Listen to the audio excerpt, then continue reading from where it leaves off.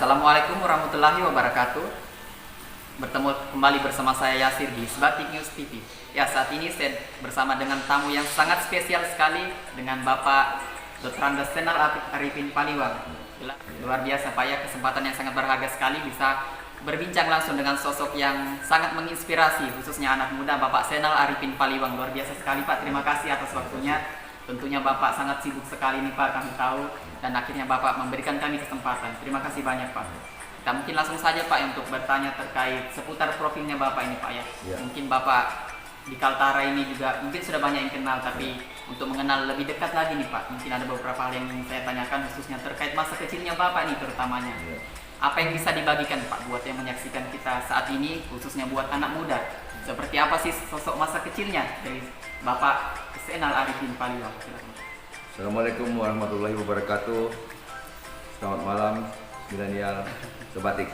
Kaltara juga Pak ya? Kaltara juga ya, dan khususnya Sebatik. Ya, nama saya waktu kecil itu Zainal Arifin Paliwang. Biasa dipanggil Enal.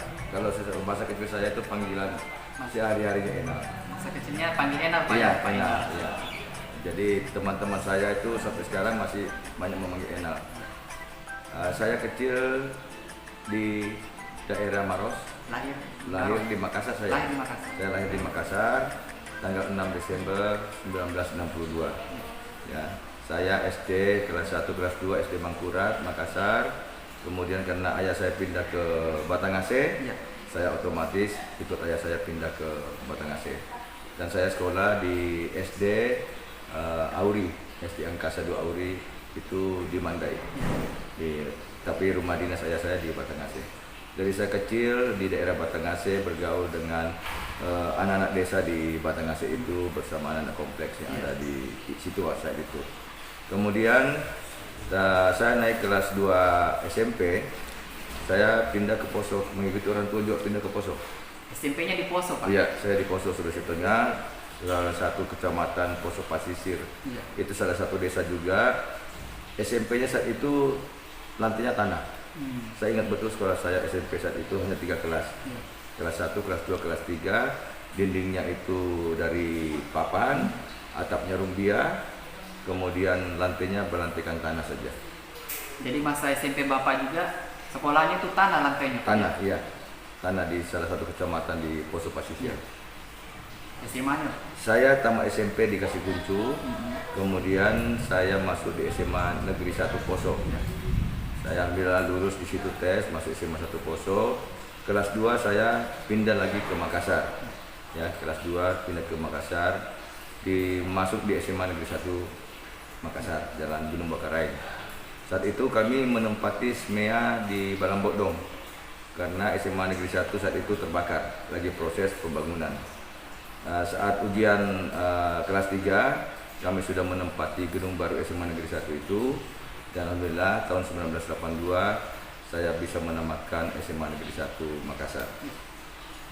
Setelah tamat SMA tahun 1982, saya ikut tes Akabri, saat itu namanya Akabri, ya, ikut Akabri, dan alhamdulillah saya saat itu bisa lulus di langsung lulus Pak ya, tes pertama. Iya, itu karena doa seorang ibu.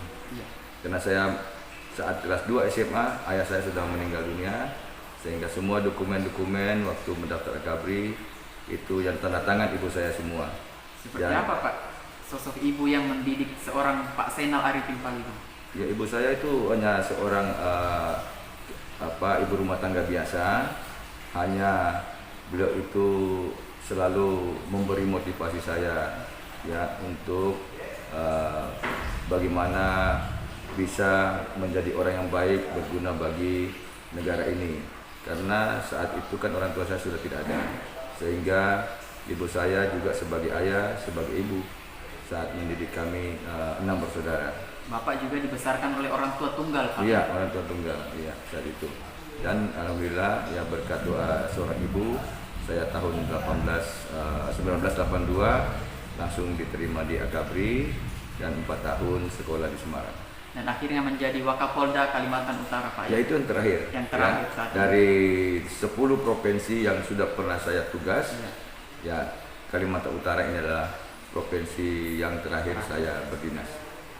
Ini Pak, sosok Zainal Paliwang ini Pak, terkenal hobi olahraga Pak, di mana itu Pak? Ya alhamdulillah, saya semua olahraga saya bisa. Iya. Ya, saya sudah jelajahi hutan-hutan di Bulungan, di Nunukan, Iya. dengan menggunakan sepeda motor maupun mobil. Kemudian saya juga di mana-mana saya ikut main sepak bola.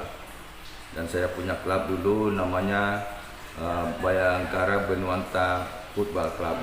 Ya, dan ini sering ikut kompetisi dan sering menjadi juara satu dalam kompetisi itu. Di Malino saat itu kita merebut piala bergilir yang selama ini dipegang oleh Pulau Sapi Football Club ya. Nah, tetapi begitu kita masuk ikut kompetisi, piala itu kita bisa rebut dari Pulau Sapi. Tim favorit bolanya siapa nih Pak? Ya, kalau saya di mana ini? Di dunia kita bicara. Oh dunia ya, atau klub yang Ya, ya. Kalau saya itu MU. MU Pak, yang peminat MU. Manchester United. Ya, di situ banyak pemain-pemain yang hebat di situ. Dan saya juga di Jakarta salah satu klub Pinisi Football Club. Saya masih Pinisi. ya. Kita setiap minggu juga uji coba ke beberapa tempat. Dan bukan bola saja, futsal juga iya. Takraw, saya kemarin main takraw juga di mana? Di stadion di Tarakan. Ya. Saya main takraw, kemudian saya main futsal di Malino. Saya main futsal di mana? Di Nunukan. Kemudian saya ikut motocross.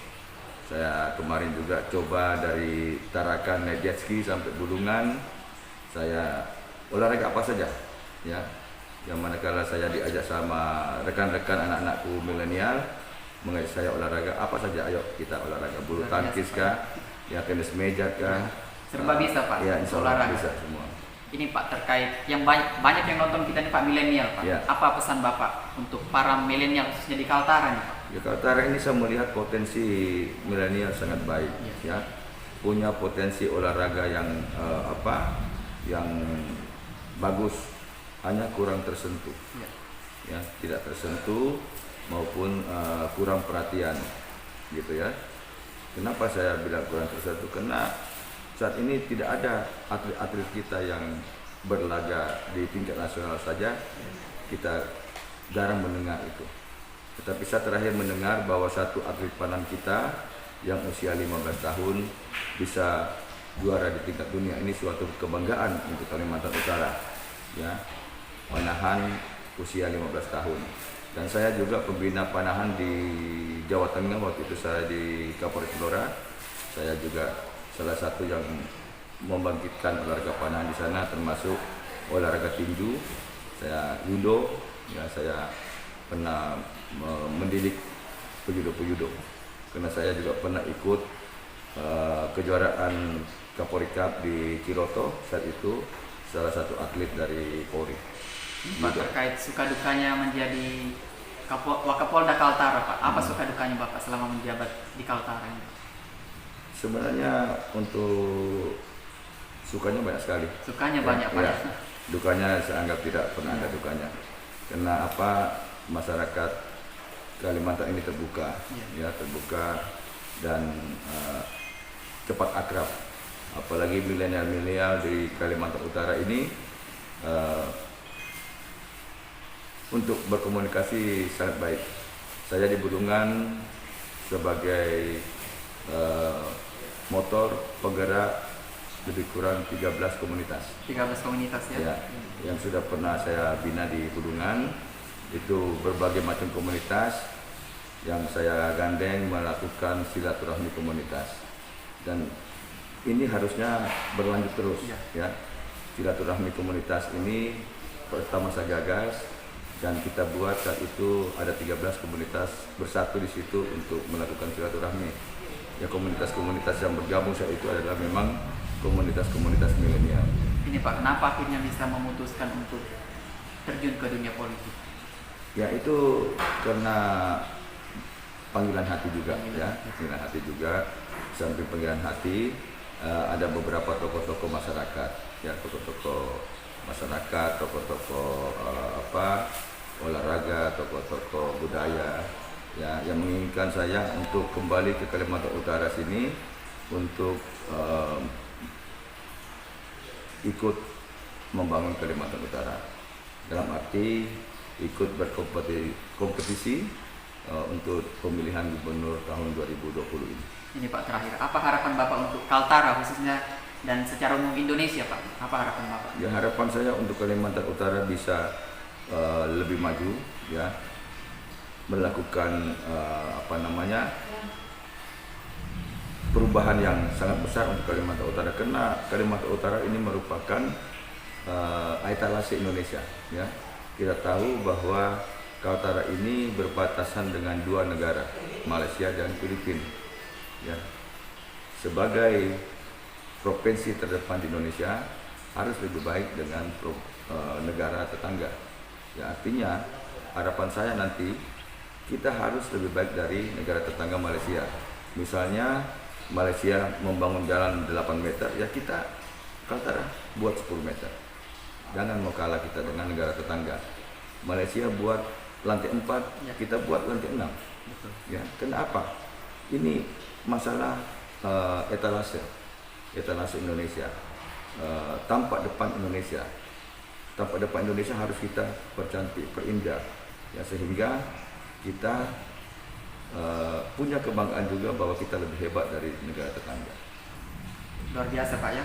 Itu tadi profil singkat dari Bapak Zainal Arifin Paliwang Pak ya. Mudah-mudahan yang menyaksikan kita ini bisa mengenal lebih dekat ya Pak ya, sosok dari Pak Zainal Arifin Paliwang. Ya, dan Terima saya kasih. di mana-mana ketemu dengan kelompok-kelompok milenial, selalu saya berikan motivasi mereka.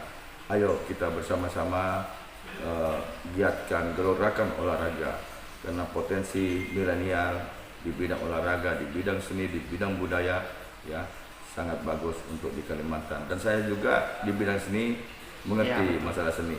Saya tahun 79 menginjakkan kaki di Jakarta itu gara-gara menari.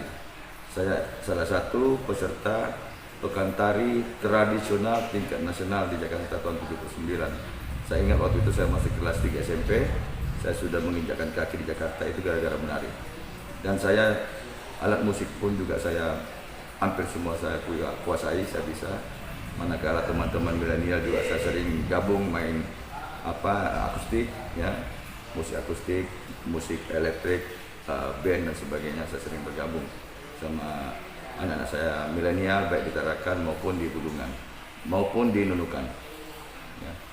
Itu Pak ya, luar biasa sekali ternyata perjalanan dan cerita pengalamannya Pak Zainal Arifin Paliwang. Kalau saya mau cerita bisa betul, dua minggu tidak selesai. Ya, banyak yang ingin kami tanyakan sebenarnya Pak, Ya, terkait kita lanjut bicara lagi. waktu. Di lain Ya. waktu kita akan berbagi kembali ya, Pak ya. Baik. Itu tadi bersama saya dengan Pak Zainal Arifin Paliwang, mudah-mudahan menginspirasi yang menyaksikan kita Pak ya.